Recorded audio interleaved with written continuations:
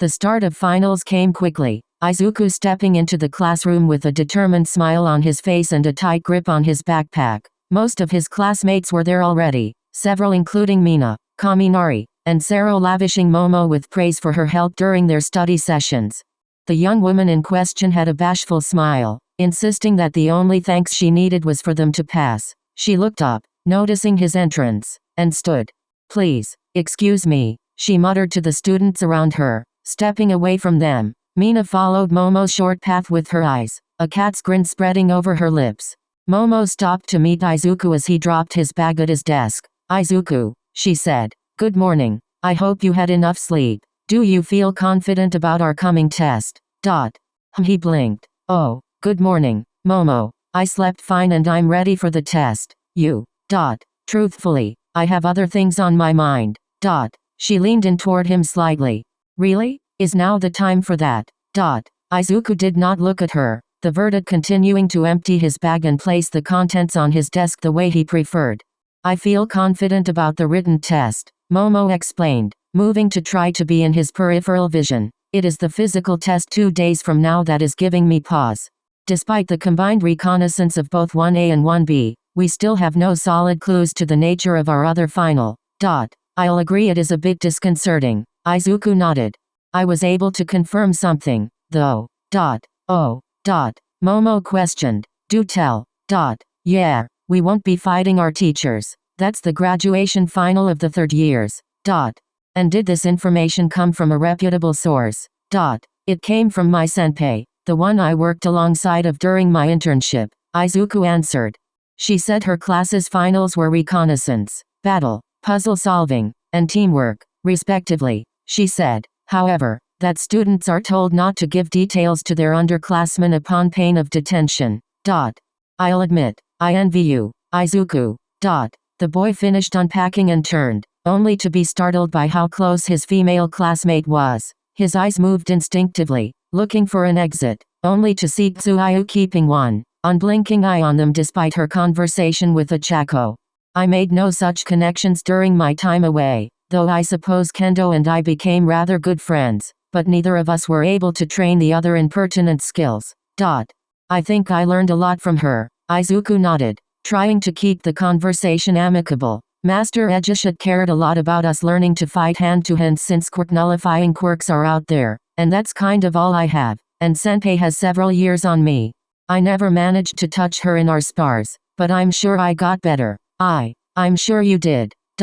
Momo gave him a soft smile, tucking a lock of black hair behind her ear. "She's a 3rd year, yes? I heard they are on another level after the training they've had. To train with one as well as a pro is very impressive. Oh.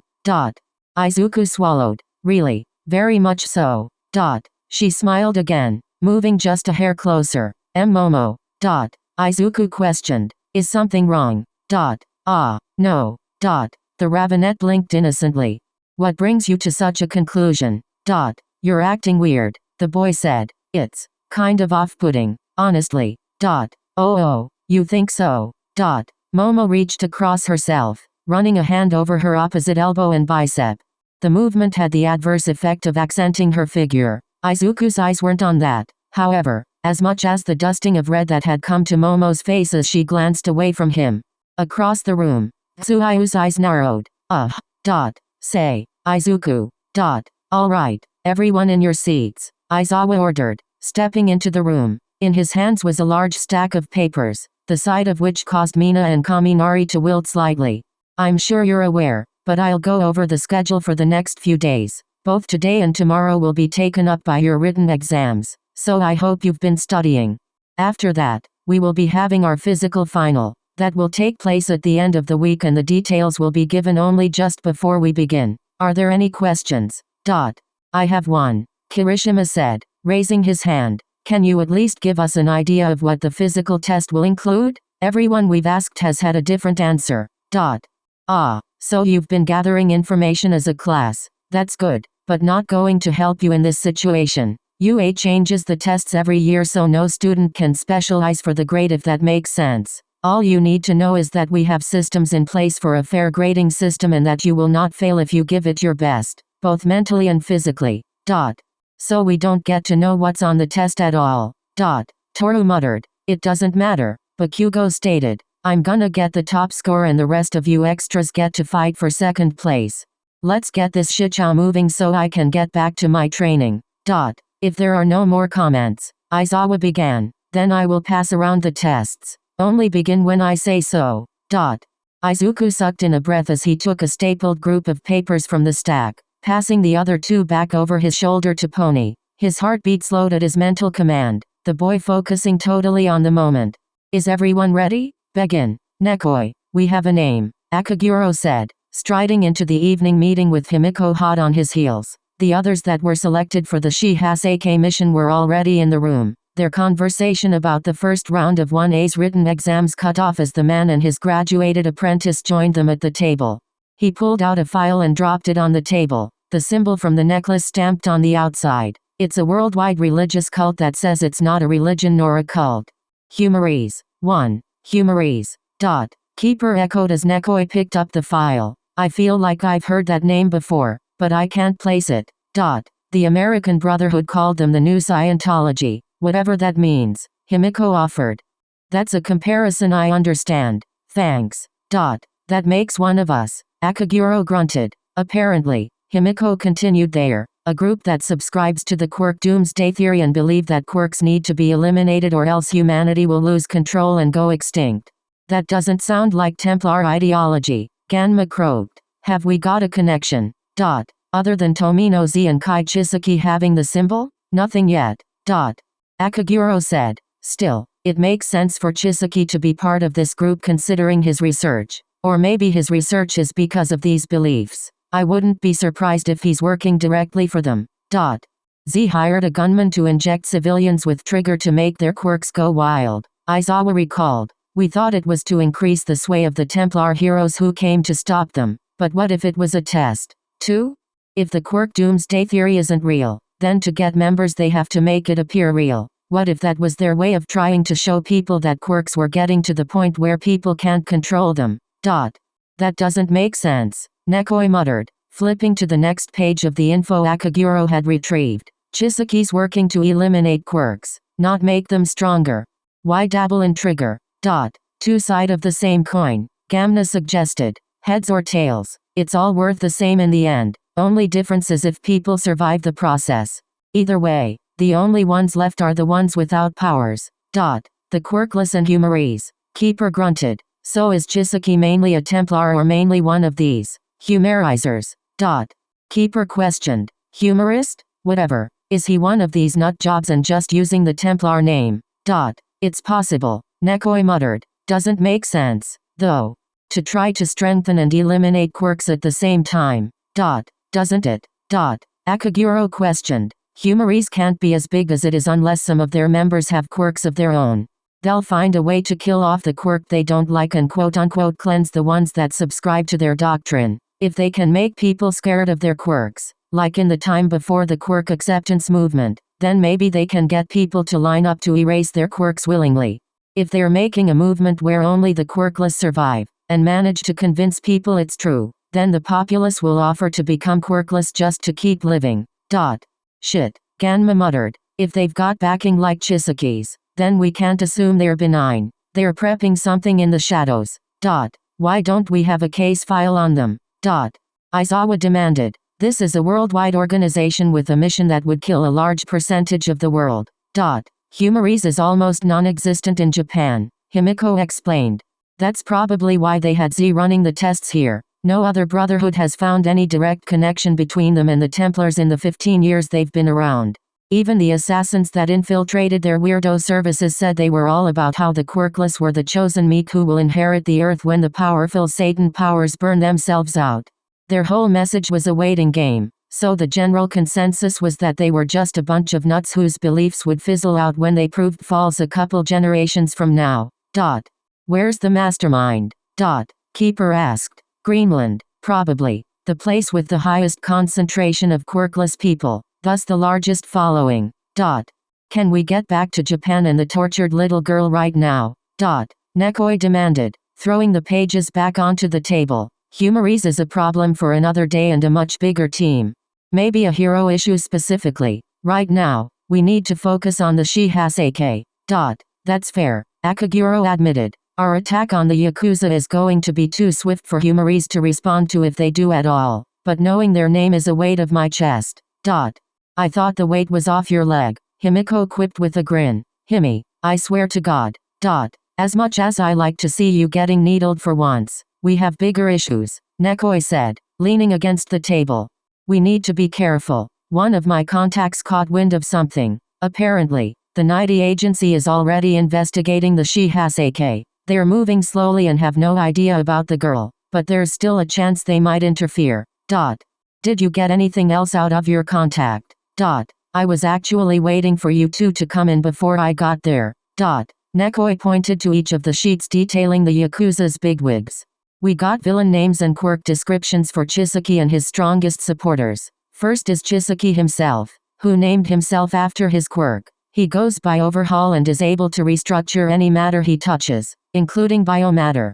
A shiver went down Himiko's spine. He's got 2 aides and 8 officers called the 8 Bullets. His top aides are Hari Hirano, aka Chrono, and Joy Irinica, aka Mimic. Hirano's quirk, Chronostasis, allows him to freeze people in time for limited time after criteria are met, but we don't know what those criteria are exactly. I'm sure his quirk lasts long enough to get out of the way of an attack or land one himself. He is a primary target. Irinica's quirk, Mimicry, allows him to merge with and manipulate matter, not biomatter, luckily, but if he learns we're there, it will make our mission all but a foregone failure. It's suspected that where Chisaki's quirk is more diverse, Irinica's may have a wider area of effect. And these 8 bullets? Akaguro questioned. Nekoi pointed to the picture of each individual as she named them. Shin Nimato, Rikiya Katsukame, Toya Setsuno, Yu Hojo, Soromitsu Tabe, Kendo Rappa, Hekiji Tenge, and Didoro Sakaki. Their quirks, respectively, are Confession, Energy Suck, Larceny, Crystallize, Food, Strong Arm, Barrier, and Sloshed. Full descriptions and educated guesses are present in their files. We don't know if they're Templars, humorists, or if they even know about Chisaki's loyalties, but they follow him and our threats. Show no mercy. 11 of them and 6 of us, Ganma croaked. I suppose 5 of us will take 2 targets each. You all can divide them among yourselves if it makes you feel better, but it'd be safer to study them all just in case. Nekoi nodded. Leave Chisaki to me. I'll take care of him and rescue the girl. That said, we'll travel in pairs to minimize risk to ourselves. I'll infiltrate the day before, Keeper said. When the operation starts, can you meet me inside, Aizawa? We can take out most of the grunts quickly between the 2 of us. That works. The teacher nodded. Himi and I will work together, Akaguro said. Don't be offended if we kill more than 4 of the targets. Obviously, Ganma chuckled with a roll of his eyes. I suppose that leaves the cat and the toad for the big fish. Nekoi, how appropriate. I suppose it is, she nodded. I've memorized these files already, so I'll leave them to you all. Remember, this is dangerous and we might not come back. Our raid happens 3 days from now, so you all need to finish whatever unfinished business you have going on. Is there anything that may impede us? The Endeavor Agency is still looking for me, Akaguro commented with a frown. Them chasing Himi is the closest they've gotten since I've mostly been holed up here after my run-in with Shigaraki. They shouldn't catch wind quick enough to affect us once we get started, but they're still out there. I'm sure Nighty would tell them my location if their watch recognizes me. Alright, anything else? I have scoped out a couple lesser members of the Shihasake's drug dealers, Keeper offered. They follow familiar paths every day. It won't be hard to take one of their places and infiltrate the base, but I'll go for you Hojo if given the chance. I'll scope the inside and give you all the optimal entrance point. I'll mark it for you, but if you find nothing, assume I'm lost. If we lose you, I think we'll have much bigger fish to fry than just these wannabe Yakuza, Himiko commented. Actually, how about we work together on this one, Keeper? I've got a couple ideas that might work with your help. Alright, then, I was hoping you'd offer. Classes will be over by then, Aizawa nodded. No meetings have been called and Nizu prefers to give us notice beforehand when we aren't already there, so it's safe to say there will be no interruptions on my end. I have taken time off work for personal reasons, Ganma stated. My boss was not happy in the least, but they will not expect me back until a week after our mission. Then we're all set. Nekoi nodded. Gather the weapons you want. This weekend, the Shihasake dies. Izuku stood in his hero costume among the rest of Class 1A, the boy twiddling his thumbs nervously as they waited for the allotted time.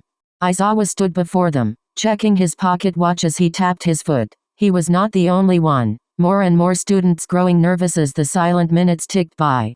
No one dared strike up a conversation, lest that trigger the universe to immediately interrupt them. What the fuck are we waiting for? Bakugo demanded, his palms sparking with little explosions.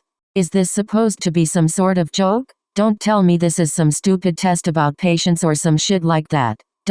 No, it's not, their teacher said. The bus was supposed to arrive nearly 10 minutes ago. Then why the hell are we just standing around? I swear, that rat's doing this on purpose, Aizawa muttered to himself, ignoring Bakugo's second question. Almost immediately, one of the school's self-driving buses pulled around the corner and stopped before them. The door opened. The small, white-furred, suit-clad, humanoid form of Principal Nizu standing on the bottom step, prompting Aizawa to snap his pocket watch shut. Am I a rat, a dog, a bear, or something else? The mammal said, raising a paw to wave. It does not matter, because I'm the principal. In case any of you have not met him before, this is Principal Nizu, Aizawa commented, waving his hand toward the creature. A scar ran over the principal's left eye, the pink skin distinct against the white of his fur indeed. Nizu agreed, one rounded ear twitching. As he said, I'm Principal Nizu and you all would know that from the entrance ceremony had you had any other teacher. Please, come aboard. Eraserhead and I will explain the test as we head to the grounds. Come on, in you get. The students started making their way onto the bus, Nizu hopping to the ground to get out of their way. Aizawa stepped over to the mammal, Izuku hanging back a moment with the excuse of wanting to help everyone board and get on last as the class's vice rep.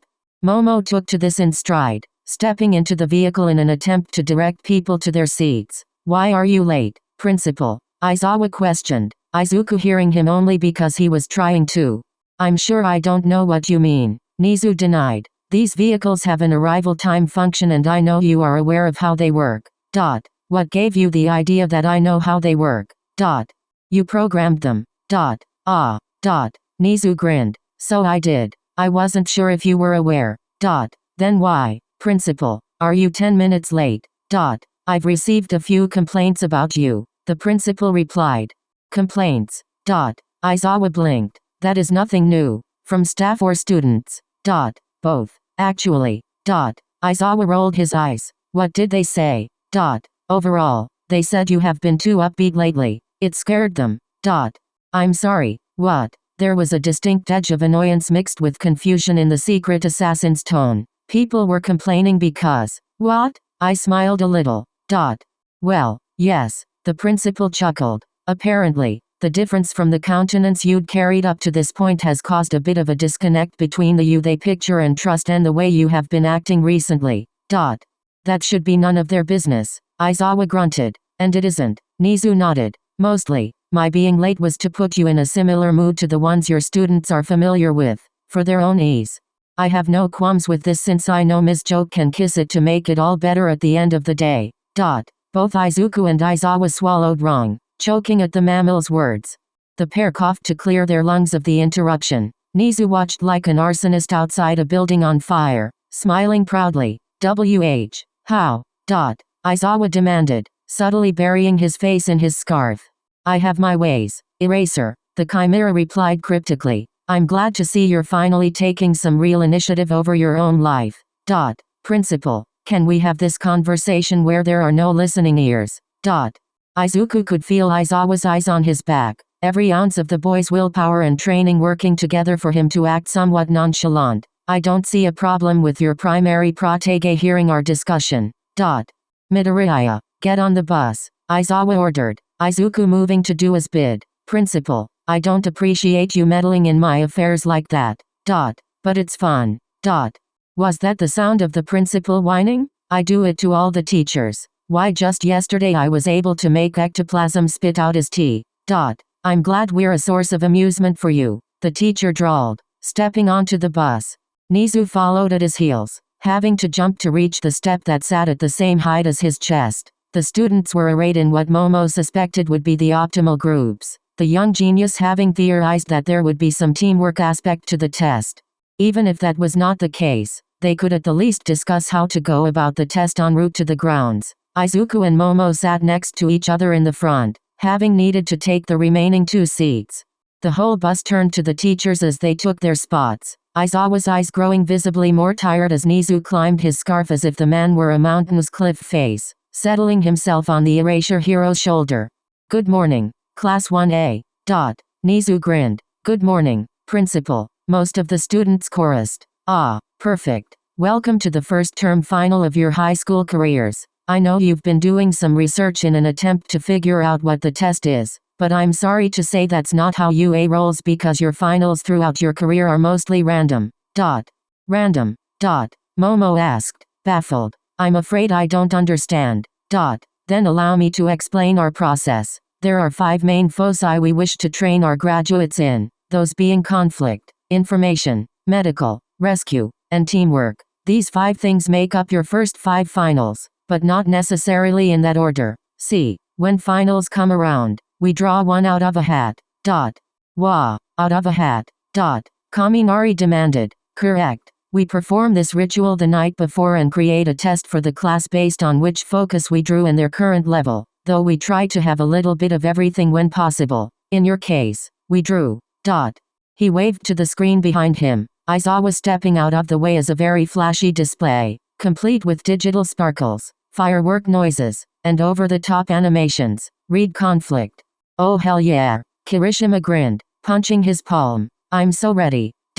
For once, I agree with you. Red hair. Bakugo smirked. I am glad you're so excited. The principal grinned. For your final, you will act in a capacity similar to your first heroics class. If you recall, you were split into pairs at random and pitted against each other. We will be doing that. Eraserhead, if you would. Tiredly, in a way that the class had not seen Aizawa tired since before their internships, the man reached behind himself and pulled out a box. He shook it before handing it to Izuku, the student closest to him. He reached in, pulling out a scrap of paper with the number 8 on it. Not even we know who will end up partnered with or fighting who, the principal continued. Like before, this simulates on-the-fly team-ups that happen in the field every day. That said, losing your battle does not mean you will fail your final, nor does winning guarantee you a passing grade. Izuku watched out of the corner of his eye as Momo drew her number, a 7, and passed the box along to Sato. It might have been a trick of the light, but Izuku could have sworn she sulked a little. You cannot lose and still earn a perfect score, but we do not want a final that will deliberately fail half of you. That would be counterproductive and simulate nothing of the actuality. It'd be unfair as well, but that's what the randomization is for. Any lopsided teams are not our fault. That said, we will not tell you exactly what we will be grading about your performances. Now then, Aizawa put in. Please direct your attention to the screen. Even before some of you draw your numbers, the matches will be randomized. The screen flashed. 5 vs. Appearing in a row in the middle while the numbers 1 through 10 flashed on either side of each so quickly that they were little more than splotches of gray. As they watched, the screen let out a dawn and the first splotch stopped on the number 7. Another dawn and the splotch on the opposite side settled into a 5. The speakers playing the sound of a cheering crowd and the screen a visual of digital confetti. Personally, I think the fanfare is wholly unnecessary. Aizawa sighed. Perhaps. Nizu acquiesced. However, I find them very entertaining. They were Midnight's idea. Of course they were. The box made its way around the bus as the matches were decided, Nizu clapping in time with the automated cheers. Izuku caught himself holding his breath as each number appeared without him seeing his own. The bus pulled to a stop outside training ground Beta, the Mach City rising high above them. The last 2 numbers locked into place on the screen at the same time, accompanied by the by now familiar and final round of cheering. Something clicked, a blue light sweeping over the students in the bus. And now we will see the teams. Nizu announced as the screen buzzed. The fights will happen in this order. Team 7, Kyoka Jiro and Momo Yaoi Orozu vs Team 5, Tsuyu Asu and Rikido Sato. Team 3, Mizo Shoji and Tenai Aida vs Team 1, Mina Ashido and Ijiro Kirishima. Team 6, Han to Sero and Toru Hagakure vs Team 2, Achako Uraraka and Katsuki Bakugo. Team 10, Denki Kaminari and Fumikage to Koyami vs Team 4, Mashiro Ajiro and Yuga Aoyama. Team 8, Shoto Todoroki and Izuku Midoriya vs Team 9, Koji Koda and Pony Tsunatori. Kirishima, look. Mina laughed, pointing at the screen. We're on the same team. This'll be great. Oh, boy. Kaminari sighed, turning to meet the gaze of his bird-headed teammate. We need a strategy, don't we? We've got this, Sero. Toru insisted, reaching over Ajiro to punch her partner in the arm, though she still brushed against him. The student caught in the middle blushed at the action, completely missing the sparkles and self-elevating French of his own teammate. You better not fucking slow me down, round face. Bakugo barked. Achako's brows furrowed in response. I can damn well keep up with you just fine, loudmouth. She shot back. Izuku ignored most of this, turning his eyes toward the back of the bus where he met the dual-colored gaze of his own partner. Shoto nodded quietly, accepting their partnership. Well then, this will be interesting. Nizu smiled. First row teams will start at the west gate, second row teams at the east, I suppose. However, there are details to some of the rules you may find pertinent. Eraserhead.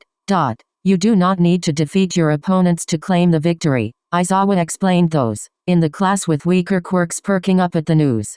The fuck is that supposed to mean? Bakugo demanded. Overwhelming power, while possibly helpful, is not always the path to success. At each gate, you will find 5 pairs of matching bandanas. Your condition for victory is not the defeat of your opponents, but your acquiring of their bandanas. You are not allowed to hide the bandanas within your clothing. Simply having the other teams means nothing if they can get them back. So you must either incapacitate them or one team member must carry the bandanas out of the training ground. The gate of exit you choose, or if you even use one, is of no concern.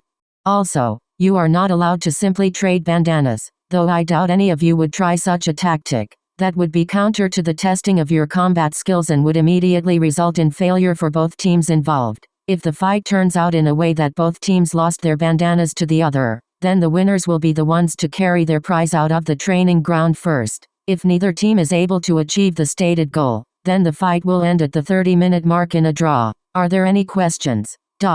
Sir, I have a question. Ida announced, his hand raised. Principal, you mentioned that the 5 foci of testing are conflict, information, medical, rescue, and teamwork.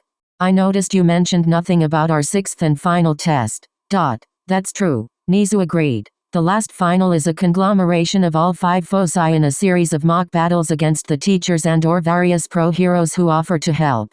We would not pit such young, inexperienced students such as yourselves in any test like that unless some foreseen catastrophe was waiting in the wind, and only then if we were desperate. This, however, is not such a timeline. Does that answer your question? Yes sir, thank you, sir. Any other questions? The bus was silent. It appears not. Very well. Teams, please exit and make your way to your assigned gates. Following the mammal's orders, Izuku and the others stepped out of the vehicle. He quickly wished Tsuyu and Achako good luck before they parted ways, the verdant and half the class heading to the left. He waited for Shoto to join him, allowing Momo to walk ahead with Jiro lest she be to his back, a situation that was uncomfortable enough in class. Midoriya, the recommendation student greeted, Izuku falling in step beside him. Todoroki. What do you make of this test and our opponents? Well, I had assumed for a moment that we would be able to simply overpower them with your ice and secure victory that way. The addition of the bandanas sort of threw a wrench into that plan. It makes Koda's quirk far more formidable than before. He is already on friendly terms with the animals that call ground beta home. I suppose that is why this category is conflict and not battle, Shoto reasoned. Have you any plans? I think I can come up with something. Izuku grinned. Todoroki, how much area can you cover with your steam? The two conversed in hushed voices all the way to the gate, the pair having a basic, and hopefully effective, plan by the time the tall arch came into view. Like with each of the training grounds entrances, there was a square slab of concrete on the outside and a pair of massive screens on either side of the archway. A temporary canopy had been erected over most of the area, a table with cups of water and many chairs situated in the shade. Another table held 10 bandanas, 2 each dark blue, camo, metallic gold, muted orange, and hot pink with heart designs. Each of the other teams reached the table before either Izuku or Shoto could recognize it, leaving the pair with the pink bandanas. This, Shoto commented, holding his hot pink cloth, is not exactly the sort of start I'd hoped for. It doesn't make that much of a difference. Izuku chuckled, tying his around his right forearm, the pink a stark difference to the dark green of his costume. He reached upward, pulling his head-based equipment off and setting it on the table. Are you certain? Shoto questioned, still leery at his partner's choice. I can't get dependent on my gear, Izuku said, offering the same answer when he'd mentioned the idea on the way there. Some way, somehow, it'll break at some point in the field and I need to be ready for when that time comes. Best to do it now when I've got a powerhouse backing me up and opponents I know won't go for the kill. Yes, but to forego your equipment on the final. I think my quirk is going to evolve soon, Izuku admitted. It can't exactly get stronger or push its limits like yours, but I've just got a feeling something will happen. I don't know how, but I think I need to stress test empathetic eye to make it happen. If that is your decision, Shoto said, we are the last fight, so you have at most 2 hours to reconsider. He sat in one of the chairs and took a cup of water. Mist fell from his fingers, the boy using his quirk to chill the drink in his hand. He offered it to Izuku, an offer he accepted before repeating the process with another cup. Team 7 and 5, Principal Nizu announced over the speaker system. Your final begins in 1 minute. It is time, Momo said, offering Jiro a high five. Let's go. The punk girl reciprocated the gesture as they made their way to the gate, dark blue bandanas tied to their arms. The sound system crackled to life again. Ready, set, go.